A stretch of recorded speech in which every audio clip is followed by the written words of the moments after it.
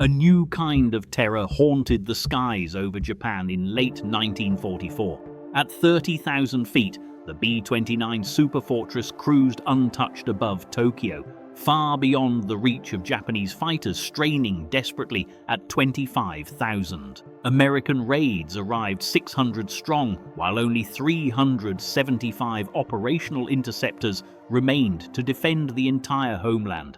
Numbers so grim even US intelligence overestimated Japan's strength by triple digits. Pilots like 24-year-old Captain Teruhiko Kobayashi faced arithmetic so impossible that victory became fantasy and survival, a coin toss. The shocking truth behind the B-29 Superfortress is not just its devastating power, but how it shattered Japanese pilot morale long before the bombs fell. What drove these aviators to confront the unconfrontable? The answer begins at the breaking point. At 30,000 feet, the B-29 Superfortress didn't just fly above Japanese cities, it flew above the reach of almost every Japanese fighter. The numbers made that clear. While the B-29 cruised at altitudes touching 31,850 feet, the best that most Japanese interceptors could manage was 25,000. That 6,000-foot gulf wasn't just a gap in the sky. It was a physical barrier that no amount of pilot skill or bravery could cross. Engines designed for the humid air over China or the jungles of Southeast Asia sputtered and lost power in the thin, freezing stratosphere above Honshu. The Kawasaki Ki-61 Hien, considered one of Japan's most advanced fighters, struggled to reach the B-29's level even when stripped of armor and most of its guns.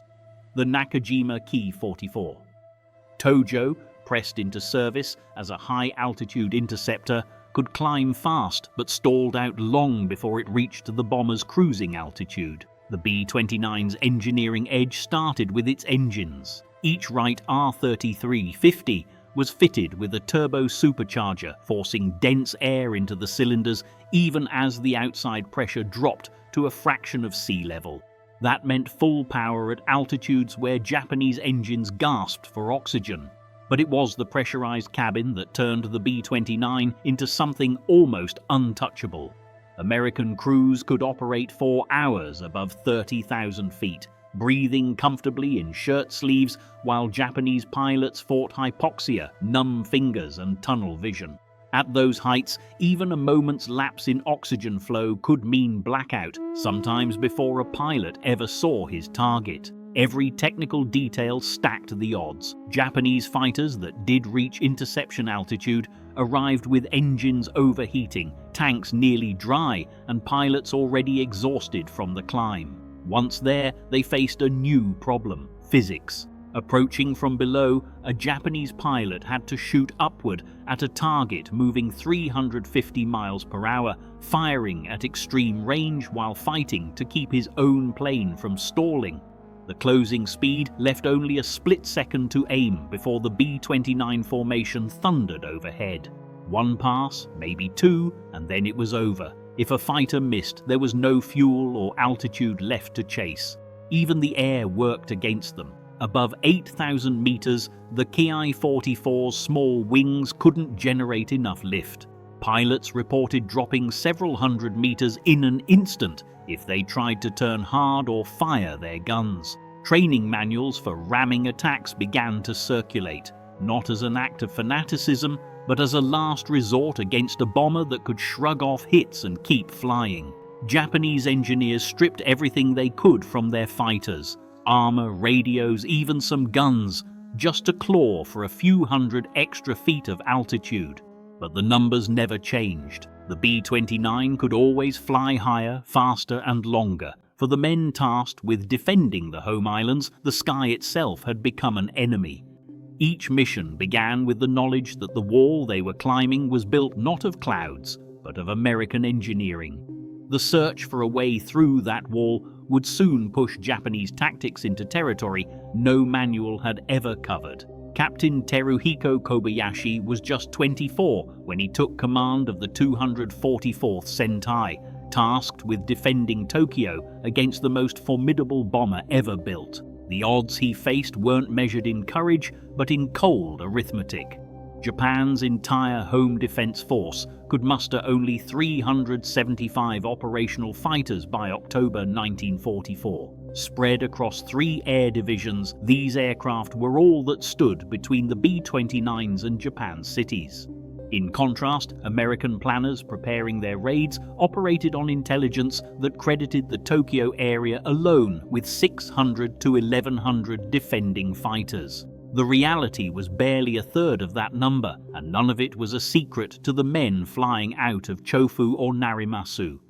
Each time the air raid siren sounded, Kobayashi's pilots climbed to intercept formations that sometimes numbered 300, 400, even 500 bombers. The math was relentless.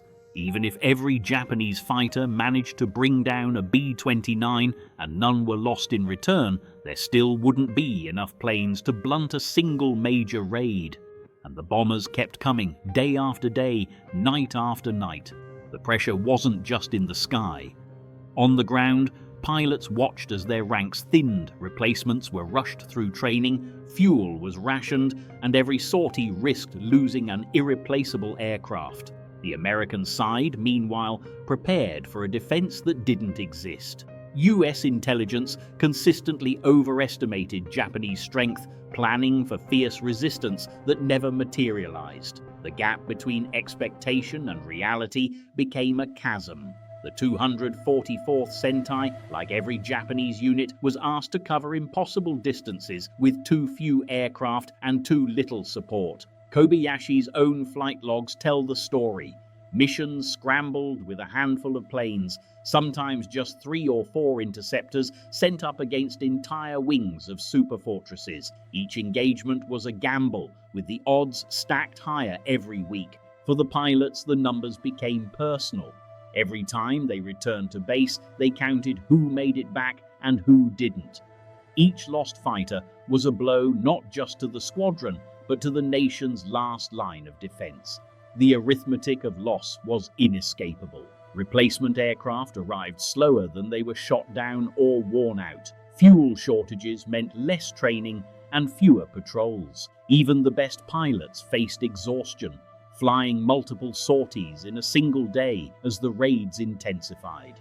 Kobayashi's youth was no shield from the burden of command. He was responsible for sending men into battles where survival was increasingly unlikely and where victory was measured in single bombers downed against hundreds that got through. The pressure mounted with each mission, each loss, each incoming raid that left the city burning. The arithmetic of defense had become a one-way equation, and every pilot knew it. By late 1944, the question was no longer how to win, but how to hold out. The math made conventional tactics obsolete. As the odds worsened, desperate measures began to look less like fanaticism and more like the only option left. For Kobayashi and his men, the impossible equation wasn't just a statistic. It was the reality they faced every time they climbed into their cockpits, outnumbered and outgunned, with the fate of their city hanging in the balance. August 20th, 1944. Just after noon, Sergeant Shigeo Nobe of the 4th Sentai locked eyes on the lead B-29 over Yawata. He was flying a Kawasaki Kai-45, the kind of twin-engine fighter that struggled for every extra meter of altitude.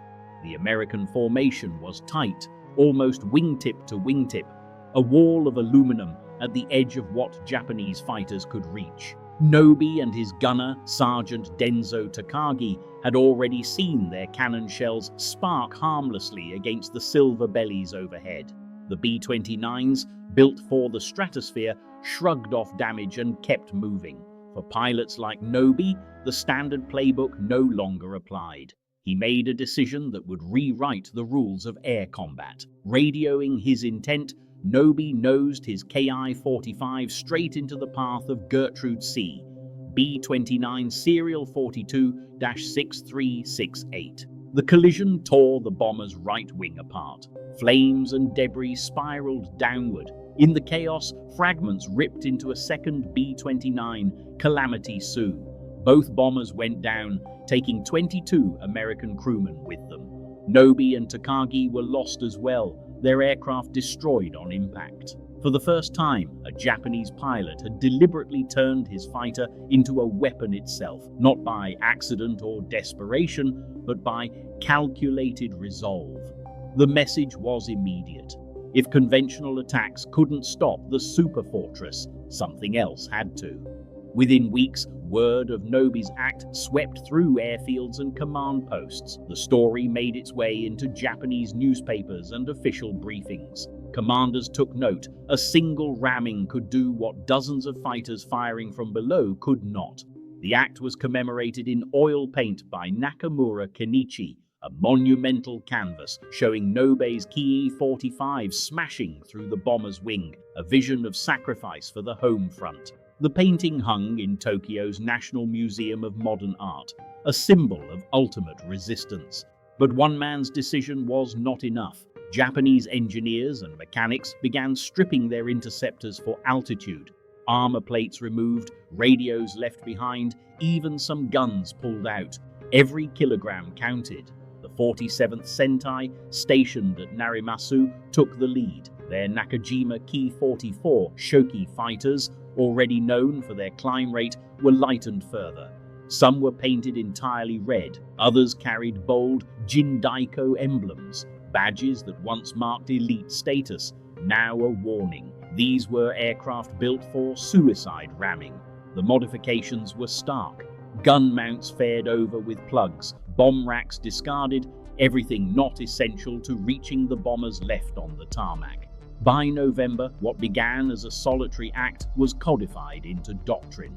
The 47th Regiment received orders to form Shinton Seiku Tai, heaven-shaking air superiority units, dedicated to ramming B-29s at any cost. Pilots volunteered, some driven by duty, others by the knowledge that conventional defense had become a fantasy.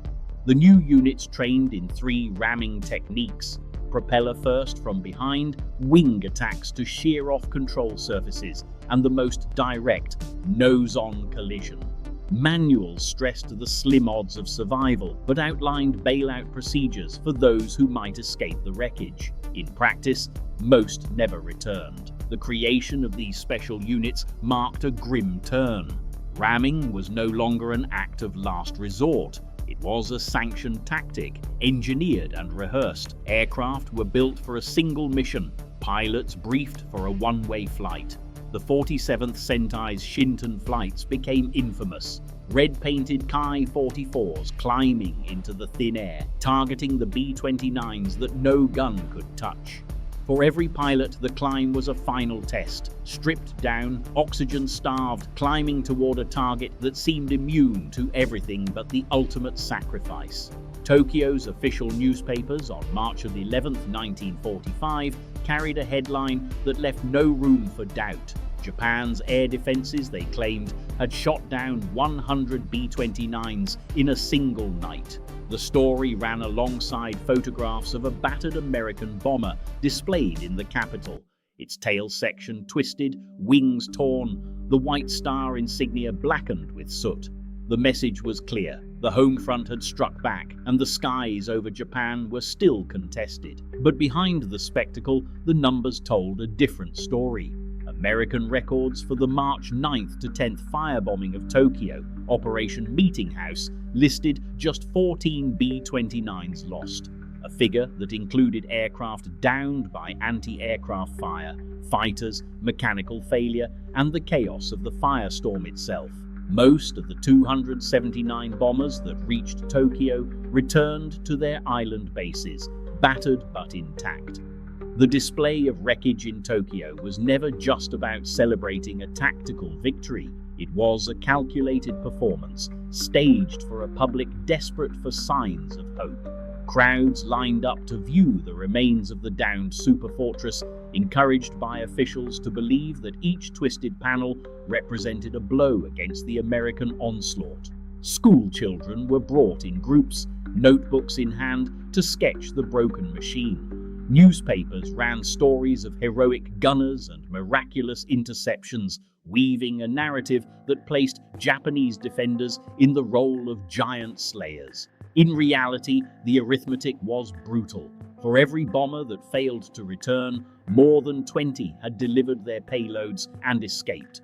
The city burned while the parade rolled on. Official communiques from Imperial headquarters amplified the illusion.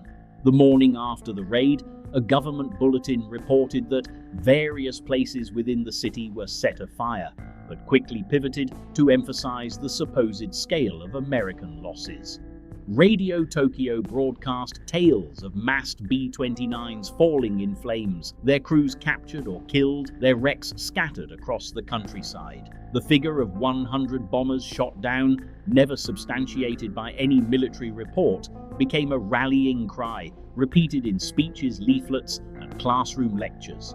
The gap between claim and reality widened with each retelling, but the narrative served its purpose. It kept alive the notion that Japan's defenses were not yet broken. For the men tasked with making these claims believable, the challenge was as much psychological as it was informational.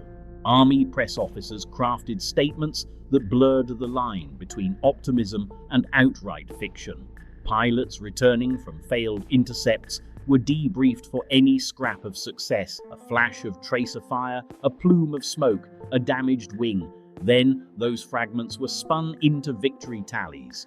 The logic was circular. Every attack that failed to bring down a bomber was simply credited as a probable. Every probable added to the growing list of kills. The numbers swelled as the reality on the ground grew more desperate. The public displays of B-29 wreckage became set pieces in a larger campaign to manage morale.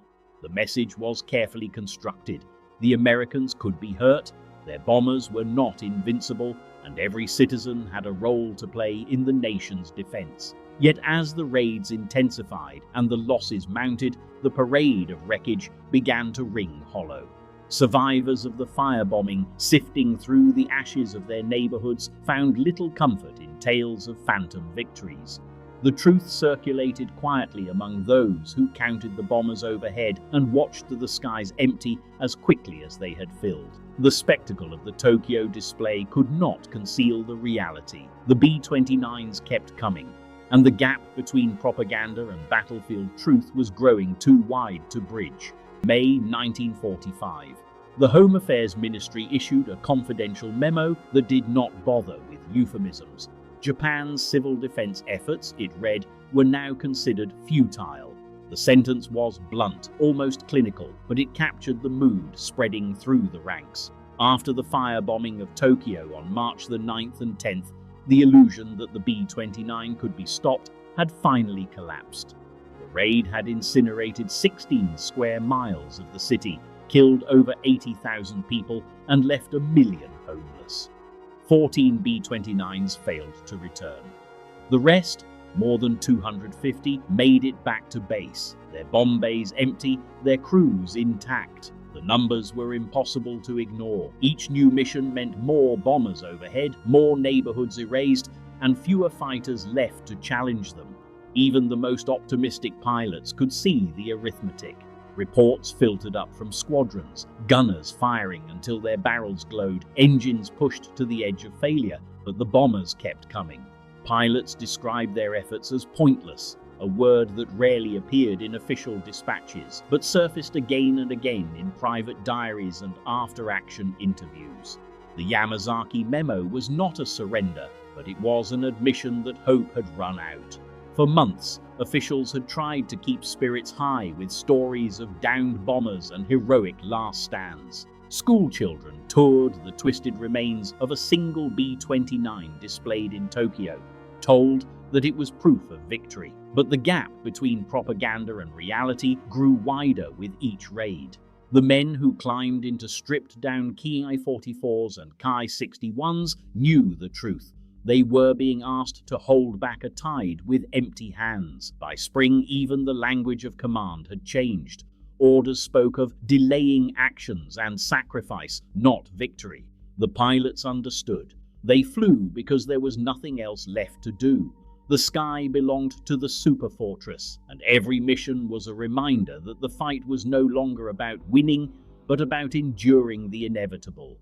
The government's official word, futile, was not just a verdict on tactics. It was the final unspoken judgment on the entire defense of the home islands. Captain Teruhiko Kobayashi survived what most considered a one-way mission, not once, but twice. His first parachute escape came after a ramming attack on January 27, 1945, when his Ki-61 collided with a B-29 during a diving interception. He bailed out at altitude, landing battered but alive, a rare outcome for pilots assigned to these missions.